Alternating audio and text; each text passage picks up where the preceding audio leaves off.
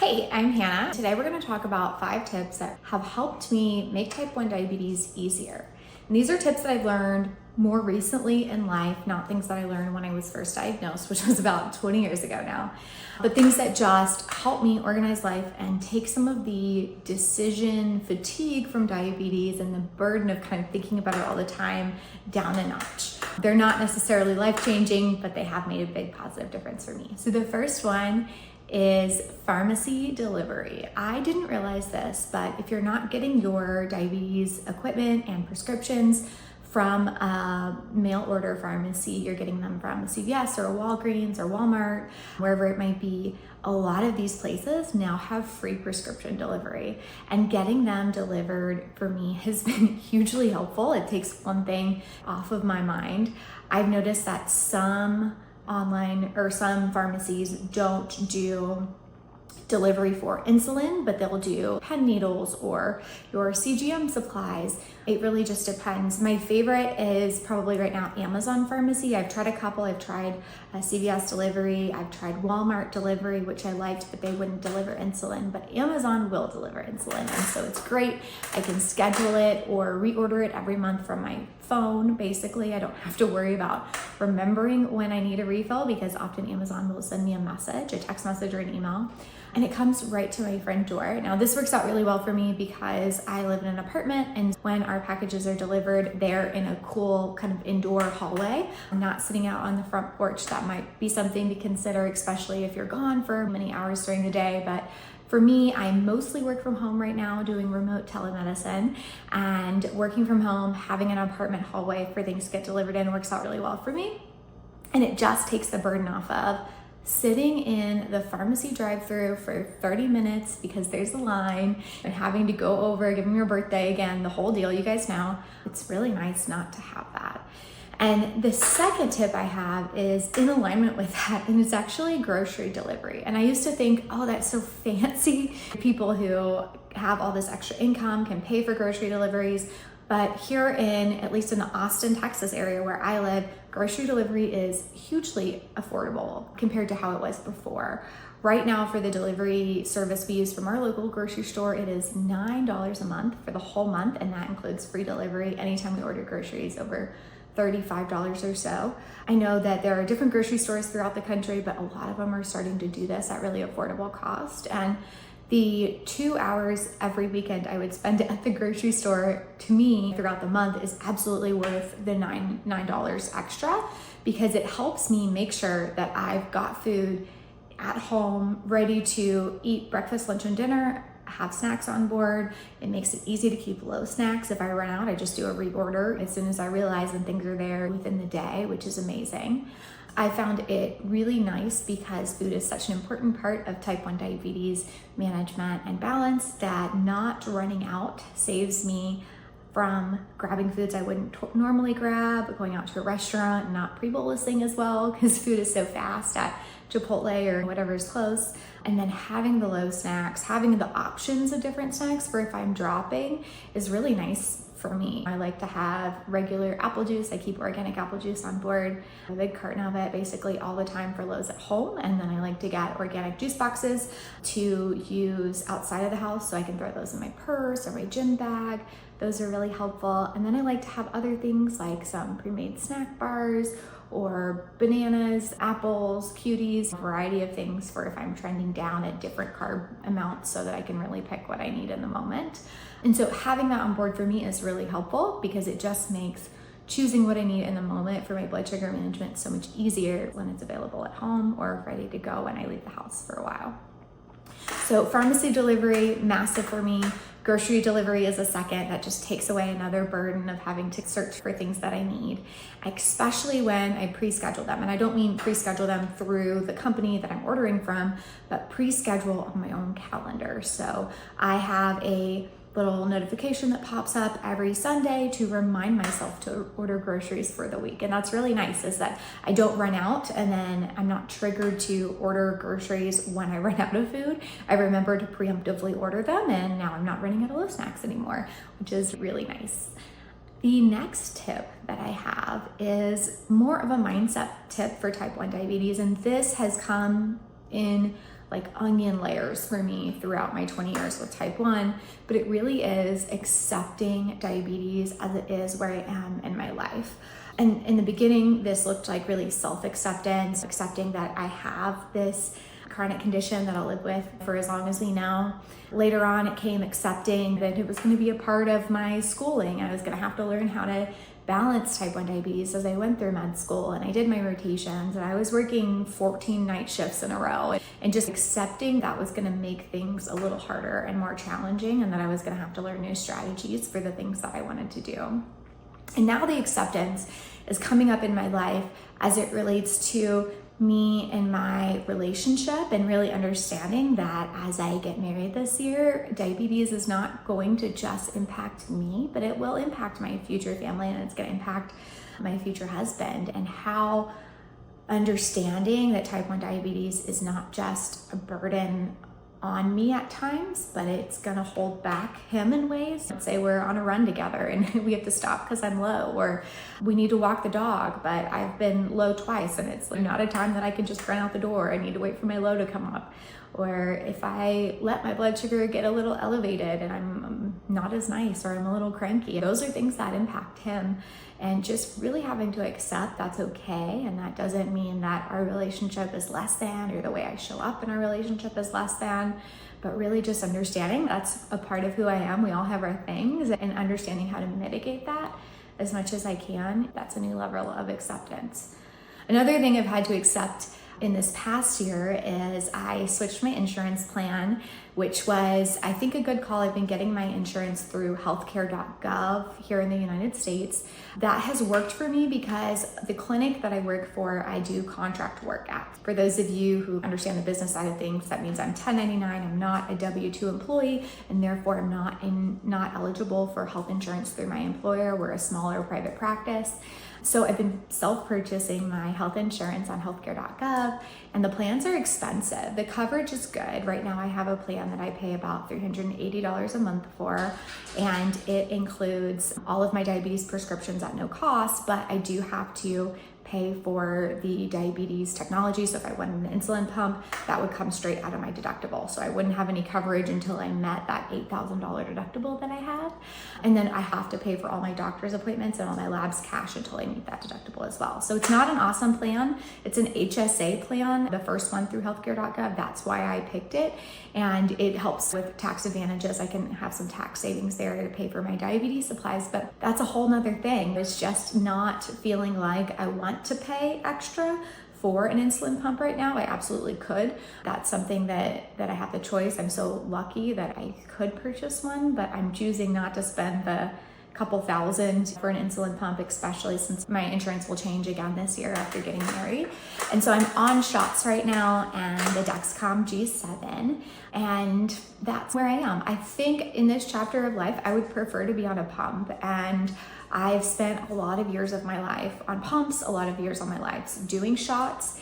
I've learned a lot about keeping my blood sugars in range on shots from Dr. Stephen Ponder and his book, Sugar Surfing. I know him personally, and he's completely changed my life with type 1 diabetes. So if you haven't heard of that and you're on shots and you're looking to optimize, I think that's an excellent place to start, actually, regardless if you're on shots or not.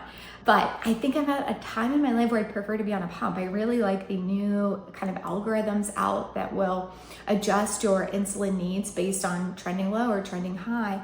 And that would be really nice, especially for sleeping. I find when I'm on shots, I end up waking up more to make little micro adjustments in my blood sugar throughout the night. And I'm just in a chapter where I'm really appreciating sleep. So right now I am accepting that I'm gonna be on shots, even though that isn't my first preference.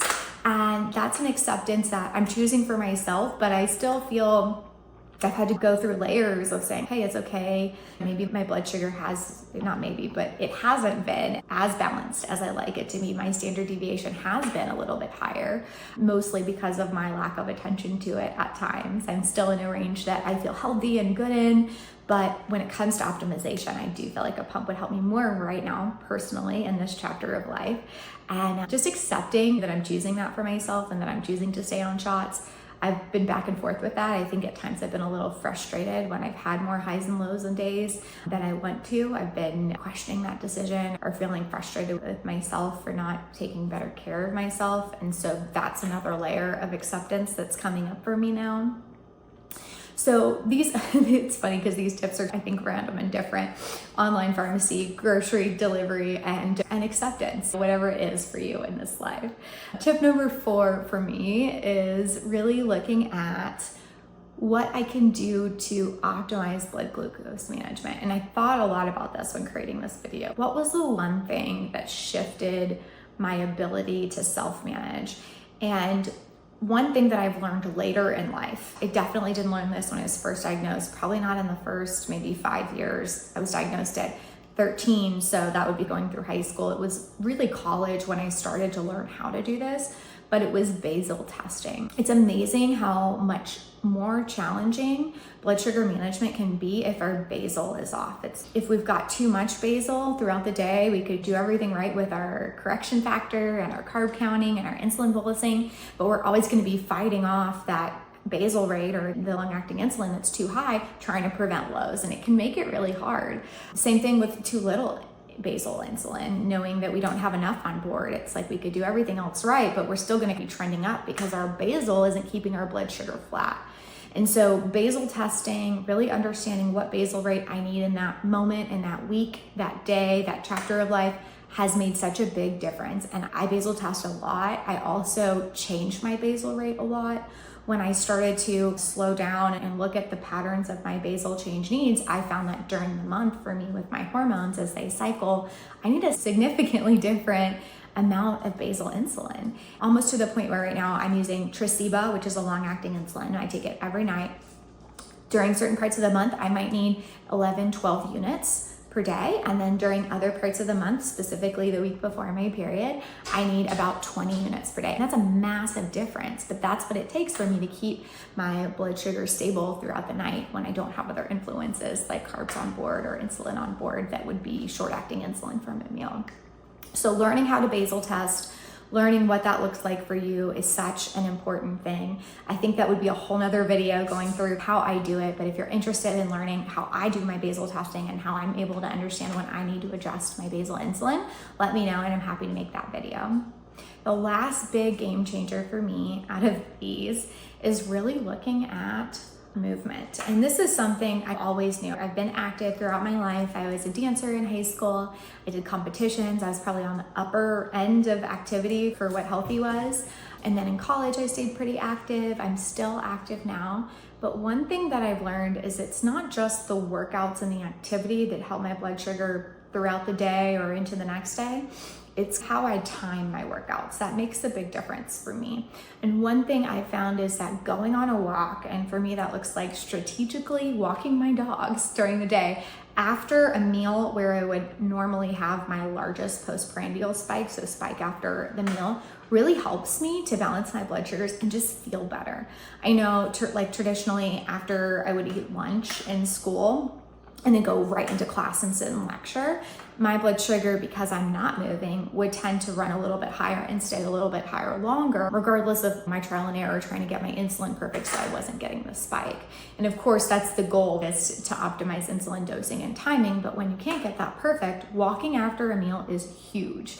It really helps. It helps me to feel better, stay energized. I don't get that energy dip that comes with the blood glucose spike. And then I notice that I stay flatlined. I do better long after the meal because I took that time to go on a walk. Now, it's not always easy when we have pre-planned schedules for us, but there are certain things like walking our dogs or whatever it is you do that we have to do daily, and strategically planning those can be good. The other thing I've started to do just in the last year is plan my workout where I go to the gym and I do a little bit of cardio and I do weightlifting. I actually do that after dinner, which is a non-traditional time to do it, or at least it's new for me.